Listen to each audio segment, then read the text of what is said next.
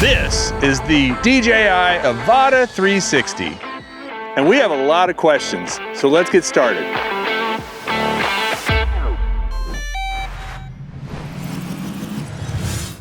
For several years now, I've been trying different ways of mounting 360 cameras onto a drone. And look what happened. There's no camera on there. Ruh-roh. The 360 view is amazing because you can do stuff with it like a tiny planet, or you can create these kind of effects that you can't get with a normal camera. Also, you don't have to worry about which way the camera is facing with the 360 camera. You can reframe something. So if you want to see this side of a lake in post-production, you pick this side, you export it that way, and it looks fantastic. But you can use the same footage and get the other side of the lake. That is the great versatility of a 360 drone and a 360 camera, especially when you're doing things like landscapes and beautiful outdoor footage. Now, as you're flying it, a couple of things happen. Number one, it starts when it takes off with the lens facing frontwards and backwards. That is to protect the lens. As soon as it takes off, it automatically flips the camera up into a position where the lenses are top and bottom. Now those lenses are actually seeing a 360 view, and because the stitch line is right here where the drone is, it doesn't see the body of the drone. One other thing about 360 cameras in general is that any sort of scratch on the lens is going to be really obvious and look really bad. DJI is offering a user replaceable lens kit in case you need it or in case you do scratch your lens. I do appreciate that DJI included this landing mat so that you can protect the lens as it's taking off and landing. I really wouldn't suggest trying to land it on rocks or gravel or sand or even cement. So really have to protect these lenses, and that's part of the reason they included the landing mat.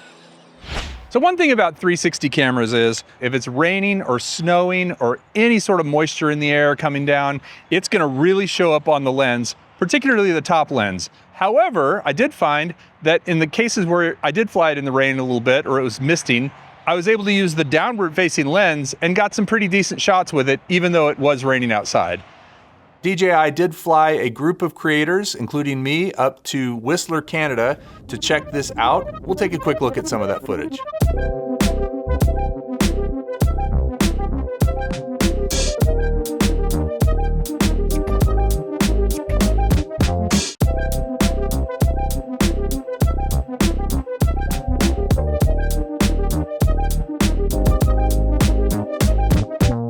The Avata 360 has two 1-inch sensors, one for each lens.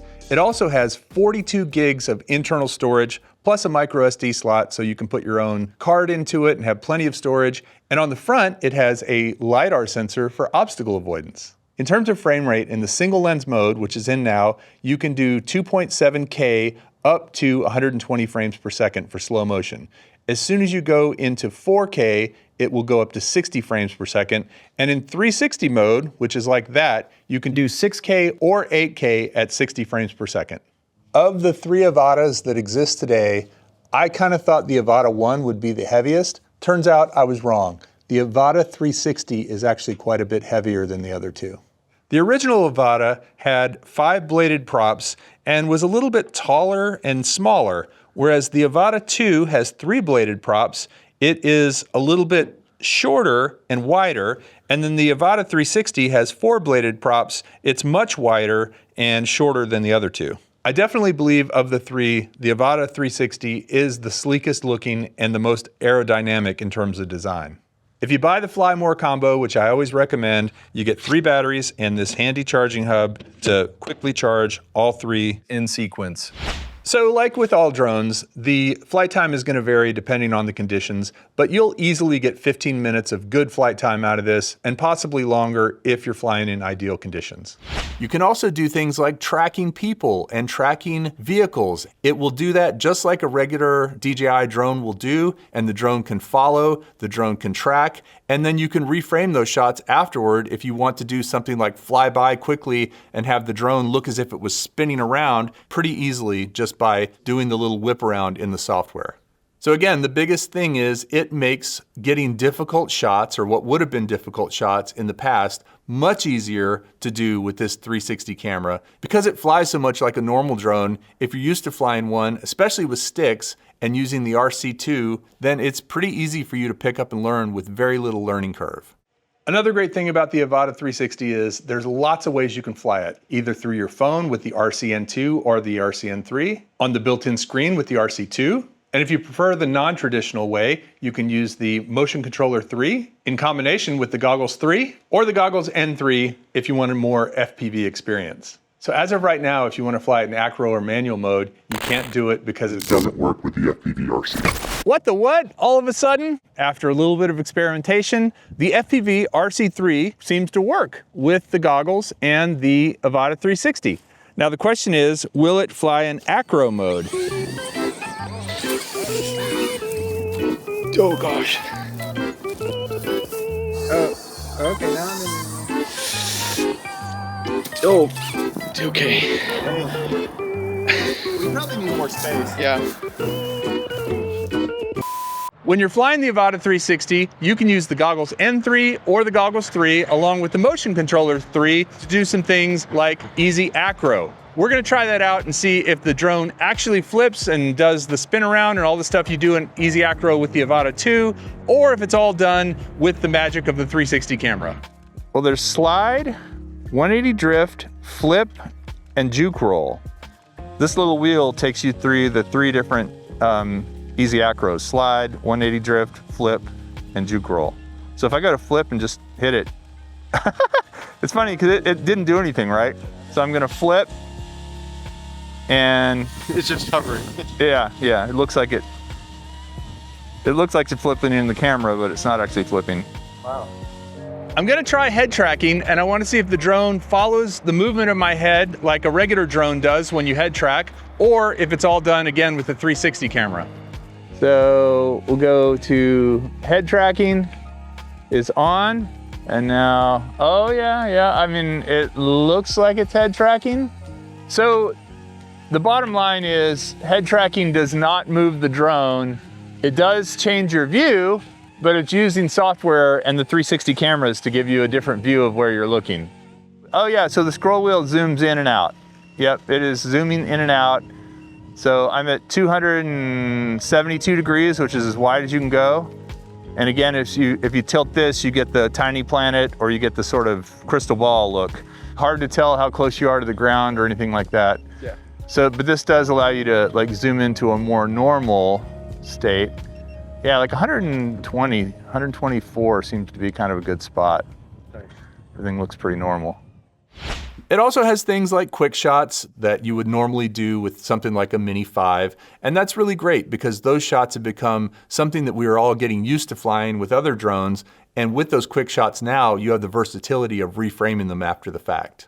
So if you're already familiar with quick shots on DJI drones, the Avata 360 does do quick shots in 360 mode. It'll do the rocket and the droney and the circle and the helix and all those things. And then when you're in single lens mode, it actually doesn't do any of that stuff. Single lens mode seems to be limited to just shooting regular video and photos. Let me see what a panoramic photo looks like. So I'm in photo mode.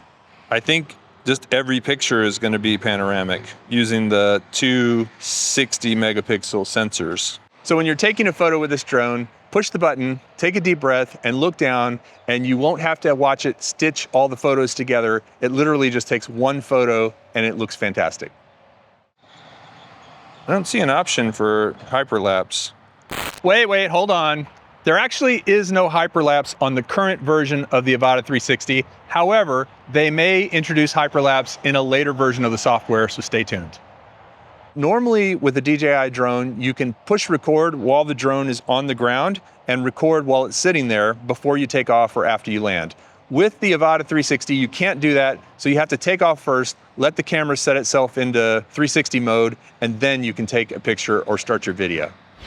So one really important thing about the Avata 360 is protecting these lenses from scratches.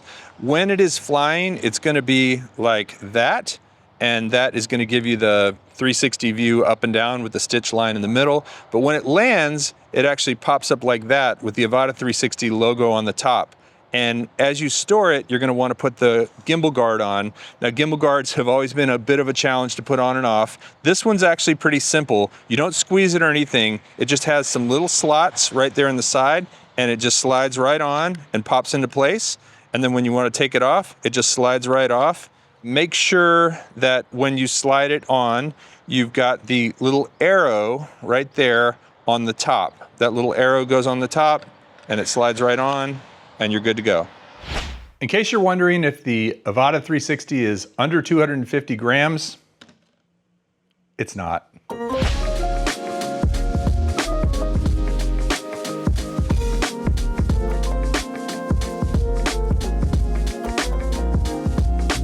I know that return to home is a thing that most DJI drones have done for a long time, but let's see how good it is on the Avata 360. We have not moved the landing pad from where it took off, and it should come and land right back on that pad. Not touching the controller, and it sees the landing pad, but then it has to tip its camera up so it can't see the landing pad now with the camera at least. Pretty good.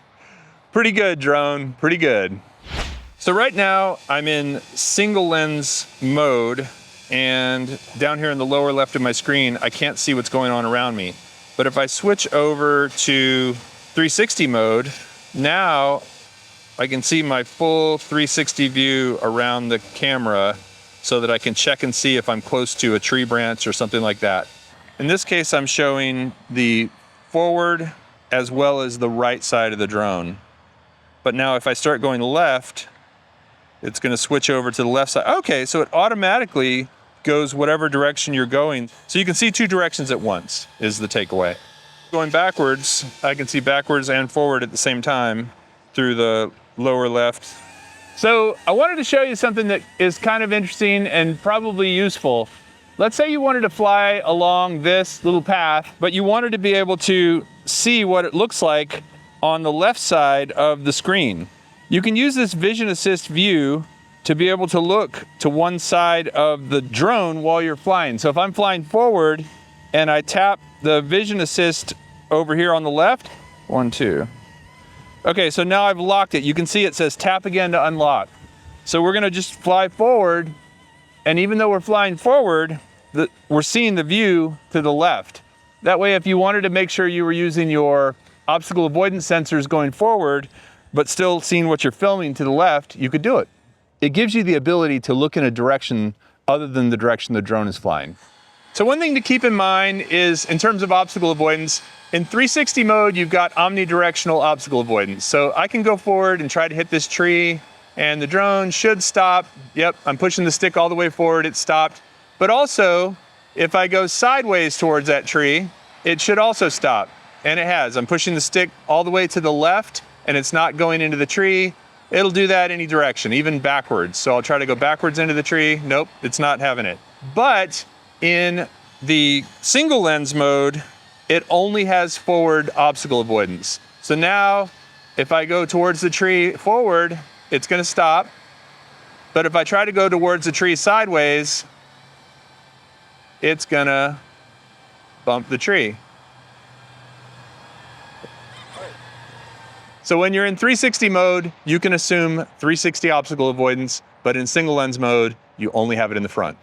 So while you can fly the Avata 360 in single lens mode, much like a regular drone, it doesn't actually have a gimbal built into it. So when you're flying in single lens mode, in sport mode, you're gonna see about 30 degrees of tilt back and forth as you roll left and right in sport mode, and about 25 degrees in normal mode. So it can't really replace the stability of a normal gimbal drone. So you can see the horizon isn't level, and that was in single lens mode, but you don't really have to worry about that, because if you're flying in 360 mode, the software in the 360 lenses do all the stabilization for you, so you don't need a gimbal in 360 mode. So if you wanted to fly indoors, you're probably gonna wanna do it in single lens mode, and the reason is because anything closer than 2 meters to the lens is probably gonna see the stitch line. It's particularly bad on faces and people, so flying in single lens mode eliminates the issue with the stitch line. However, because it doesn't actually have a gimbal, you're gonna see that little bit of tilt as you're going around corners and stuff indoors. So while it can do some cool shots indoors, it's not gonna be quite as good as a drone with a gimbal built in that allows you to fly in single lens mode and has that stability of a gimbal. So if you've flown a lot with other drones, you're used to tap to focus, which allows you to tap on the screen to show where you want the focus to be. The Avata 360 does not have that. You have to treat it more like any other 360 camera or an action camera. It's kind of infinite focus. Everything is sort of in focus when you're flying with this.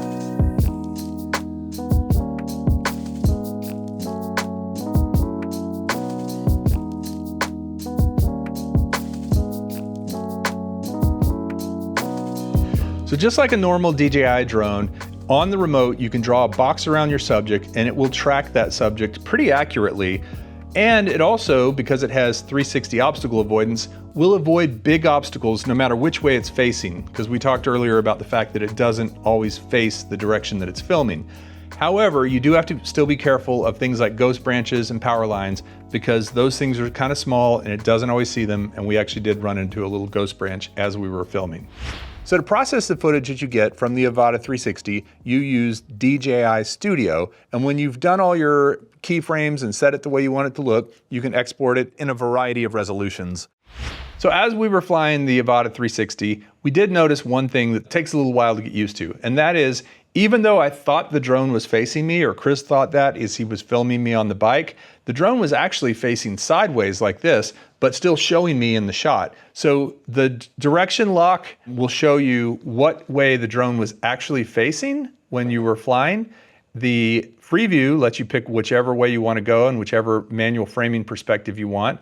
And then the camera view shows you what direction you were seeing on the RC2. When we started off, the drone was actually facing me physically and getting me in the shot.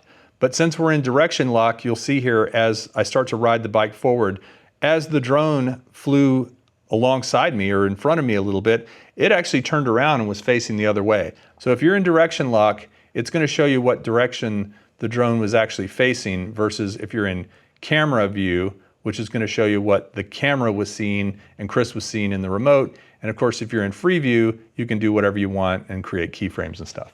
In case you're wondering if it's windy today, the Avata 360 is just kind of hovering in place, fighting the wind to stay exactly where it is. And it took off from the landing pad and it's still right over the landing pad. So it is doing a good job of holding its position despite pretty strong winds.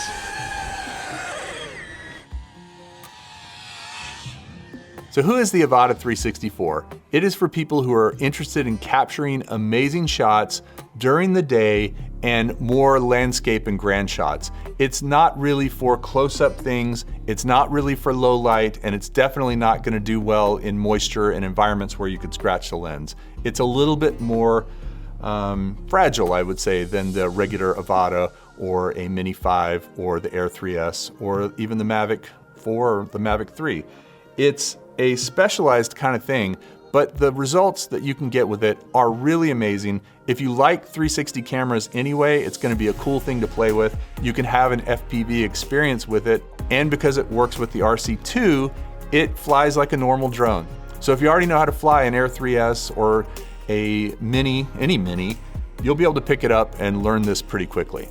Love to hear your thoughts about the Avata 360. Please leave comments below. We'll do a few more videos diving into some other aspects of it pretty soon. But for right now, we just wanted to get this video out and kind of show you why we're excited about this drone. Definitely appreciate DJI taking us up to Whistler to be able to try it out. That was a great experience. Got to meet some really cool people and have a great time flying and get some amazing footage. If you're taking a trip, this would be a great one to take with you because you can capture some cool stuff with it. Hope you enjoyed this video. Comment below and we'll see you next time on Ready, Set, Drone. Come on, baby. Trying to get it back over.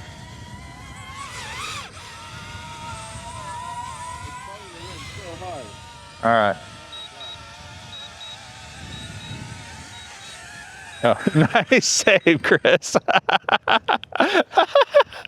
Wow, well done.